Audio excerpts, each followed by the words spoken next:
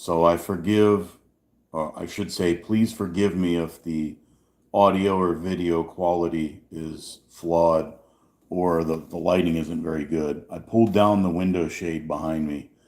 Um, no matter what, I'm always going to look like a cross between Uncle Fester and Mr. Clean, but there's nothing I can do about that.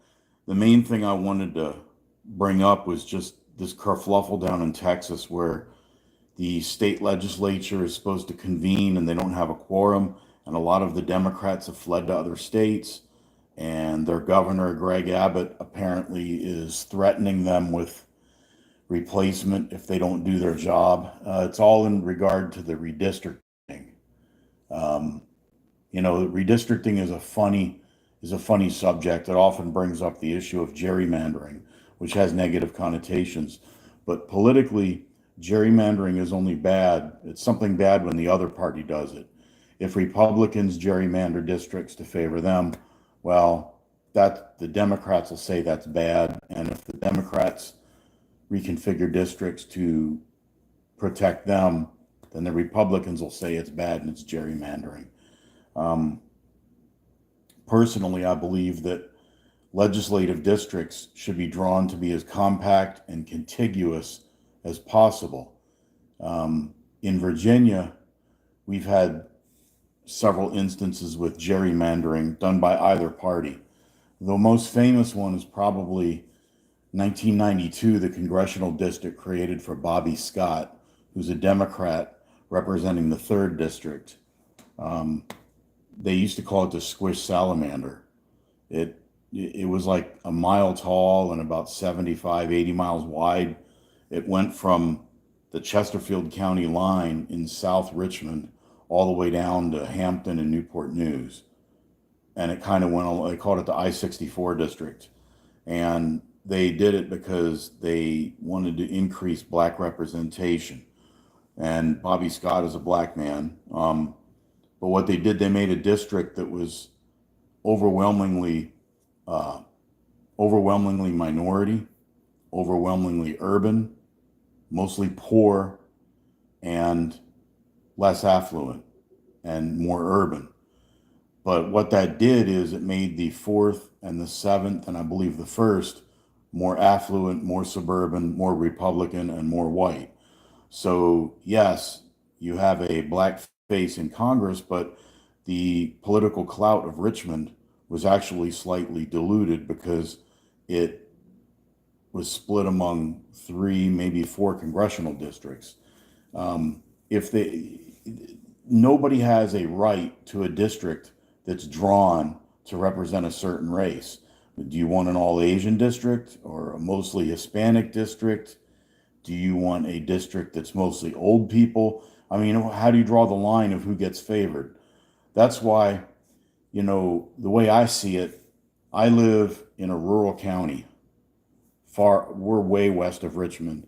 We're almost to Charlottesville. But if I have black and brown neighbors in my county, which I do, I have more in common with black and brown people who might live 2 or 3 miles from here than I do with white leftists who live up in Charlottesville or over in Richmond. So, why can't people of who are neighbors, and I don't care what color you are, if you live near me, you're my neighbor. I don't care, what God you worship. I don't care, how old your kids are. I don't really care about stuff like that. If you live near me, you have the same concerns. You're my neighbor. So why should we be split? Why should I be split from my black and brown neighbors who live nearby and put into a district full of white leftists who don't have anything in common with me at all? And then my black and brown neighbors get stuck in a district that might, go down close to Richmond, and they don't have anything in common with those people. In doing things by these racial gerrymandering, even if you think you're doing it for positive reasons, you could arguably be seen as violating the Constitution. So in Texas, apparently the Democrats are angry because Texas got more congressional seats, and they were trying to draw the map up. And, to the victor go the spoils. So if the Democrats were in the majority in Texas, they would be drawing districts to favor them. Now, I don't think it's good when either party does it, but there only seems to be selective outrage. Um, we need to. I could probably get 10 college sophomores, two large pizzas, a 12-pack of beer, well, maybe a case of beer if there's 10 of them, a case of beer on a Saturday night in a computer program, and I could probably draw legislative districts that are better than anything that the committee is going to come up with. You should have districts that are as compact and contiguous as possible so that people who live in the same area, who share the same needs and the same values, are going to be represented by a congressman from their area, rather than trying to carve everybody up and have somebody try and just draw your districts by race. That's just wrong. You're also saying that, well, if you're black, you can't be represented by a white man, or vice versa. But I would point to Byron Donald in Florida.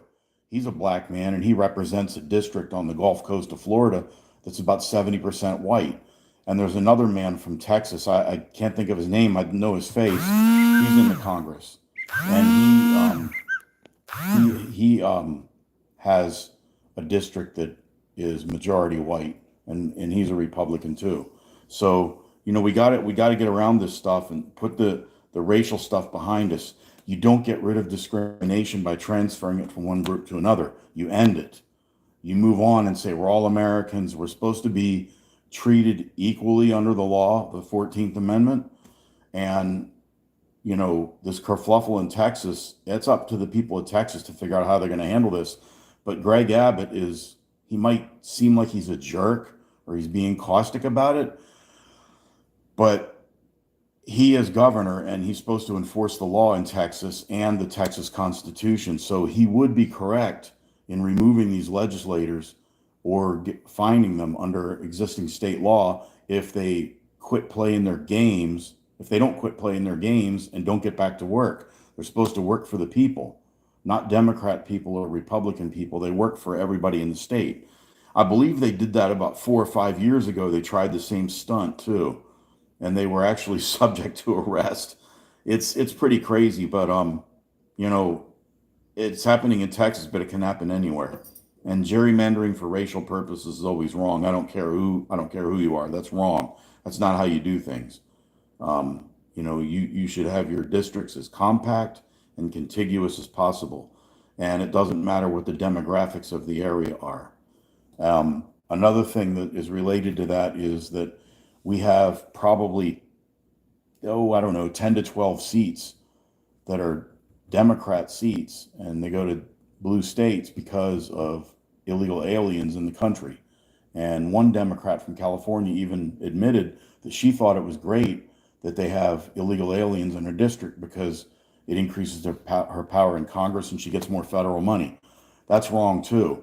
Unfortunately, you can't just change that by statute because the Constitution says that you're supposed to have an enumeration of the population, which does not just include citizens, it does include illegal aliens and legal aliens.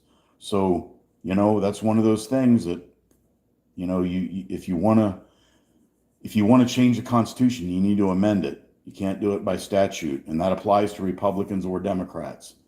It's just like you'll see people wanting to, change to a consumption tax versus an income tax. You can't do that unless you amend the Constitution, because the 16th Amendment provided the power to the Congress to directly tax income. And if you're going to move to a consumption tax, you need to repeal the 16th Amendment. Sometimes doing things the right way is harder and it takes longer, but you end up in a better place in the long run, because as soon as you start cutting corners and you say, well, we'll ignore the Constitution here, we'll ignore the Constitution there, then it starts a game of one hand up the bat. You establish a precedent. Same thing with these judges who are district judges who do not have power over the executive branch are coming out with nationwide rulings which they don't have the power to do, against the president. And the Democrats are saying, yeah, they got to stop the president, this and that. Well, what happens when there's a Democrat president and a judge who was appointed, a federal district judge appointed by Donald Trump, decides to put an injunction on a Democrat president's executive order or a policy or a directive? Then the Democrats are going to be running around with their hair on fire. Well, the bad thing is when you set these precedents of doing things the wrong way, it's like crossing a boomerang with a rattlesnake. It's going to come back around to bite you. Okay, peace out. I hope this video worked.